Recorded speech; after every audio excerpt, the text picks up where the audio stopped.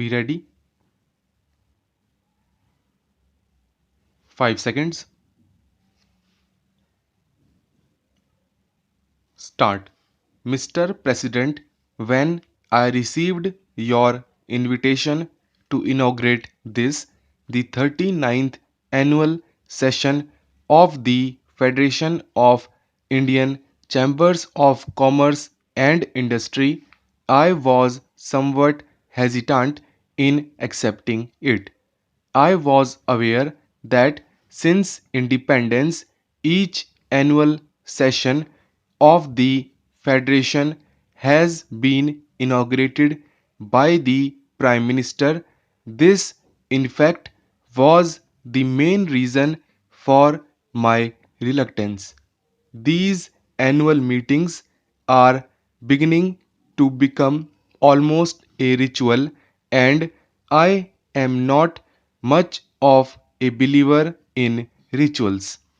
I am also not happy about the tendency to turn to the Prime Minister to inaugurate every function of importance and to consider that a function which is not inaugurated by the Prime Minister is only of second rate importance. I feel strongly that other cabinet ministers, as also people in public life outside officialdom, should perform such functions far more frequently than they are at present doing. Your experience will always be useful. Within the ranks of industry, the younger group feels that it is not fully playing its part.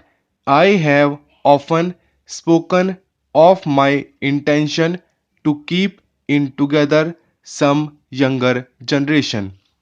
I am calling together some younger industrialists, technicians, and managers from both the private and public sectors to discuss concrete and specific problems within the broad framework of our basic objectives. I will be a sharing of thought and perhaps evolving of new ideas. Dynamic changes are needed now in attitudes and functions. In your address, Mr. President, you have pointed out that India is still a depressingly poor country and expressed concern that we have not succeeded well enough in our effort to reduce poverty and develop our economy. Poverty is indeed the central problem facing us, and it is the way in which we set out to tackle it that we as a nation will be judged. It is a long and arduous battle that we have to wage. It calls for clarity, for purpose, for determination, the discipline, the hard work of which we are capable. Slowly and steadily, we shall be building a new and progressive nation in which even the poorest in our country will be able to enjoy a minimum level of living. There will be fuller employment, more widespread facilities of education and health, greater opportunities for youth, and less inequalities of income and wealth.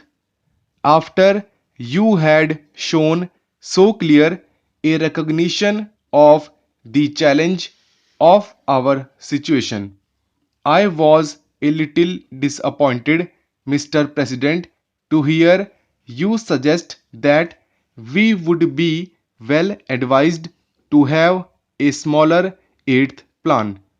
After a detailed analysis of all the relevant considerations and a recognition of the limits of the possibilities open to us, one may come to any conclusion about the size, but to suggest and propagate that a smaller plan is desirable for its own sake and that it may even help in our fight against poverty is not convincing.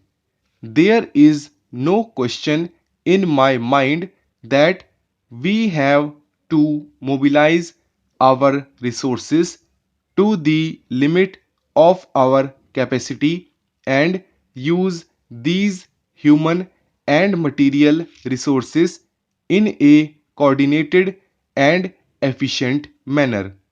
If we shirk the responsibility and seek to cover it up by phrases, we shall be merely paying lip service to the cause of the common man. It is not with caution and circumspection that we can win the war against poverty, but by our capacity to take risks and to accept burdens and responsibilities. This does not mean that we should not take the greatest possible care in the husbanding of our resources. I am anxious to seek advice on the methods by which we could achieve a higher rate of growth in our economy and ensure better performance in every sector of our activity with lower investment or input of resources in general. I do not deny that our performance in the recent past has fallen short of our expectations. We could have done better in many directions. However, let us not belittle our achievements.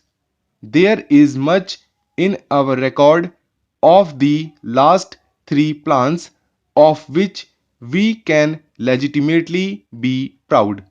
Let us not forget that the current level of industrial production is nearly twice of what it was in 1955 and we produce a large range of commodities which we did not produce before. The output of food grains increased by 70% between 1990-91 and 94-95. Let us not ignore the great progress in education, especially primary education and technical education. New skills have been developed. Science and technology are making their presence felt in distant villages. Much of the frustration which exists in the Indian economy today and which you have voiced flows from the fact that the performance of the third plan has fallen short of our hopes. Let us by all means learn from our mistakes and attempt to correct them to best of our abilities and resources.